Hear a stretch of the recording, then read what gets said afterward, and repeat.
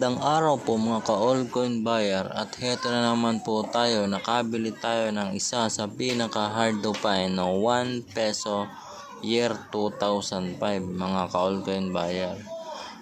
At ito nga po ay binenta sa atin ng isa nating subscriber na si Sir Alvin mga ka-altcoin buyer. At hindi lang po ito ang binenta sa atin mga ka-altcoin buyer. Marami pa po sa ating ibenta kagaya nito mga nasa harapan natin. At i-update ko na rin po kayo sa mga barya na patuloy natin binibili. Ang pinakauna po natin binibili ay itong 1 peso na hard to find na year 2005 mga ka-altcoin buyer. Ayan po, 1 peso Jose Rizal po yan na year 2005. At ang pangalawa po natin na binibili ay itong 5 peso na year 2006 mga ka-altcoin buyer. Ito pong kulay dilaw.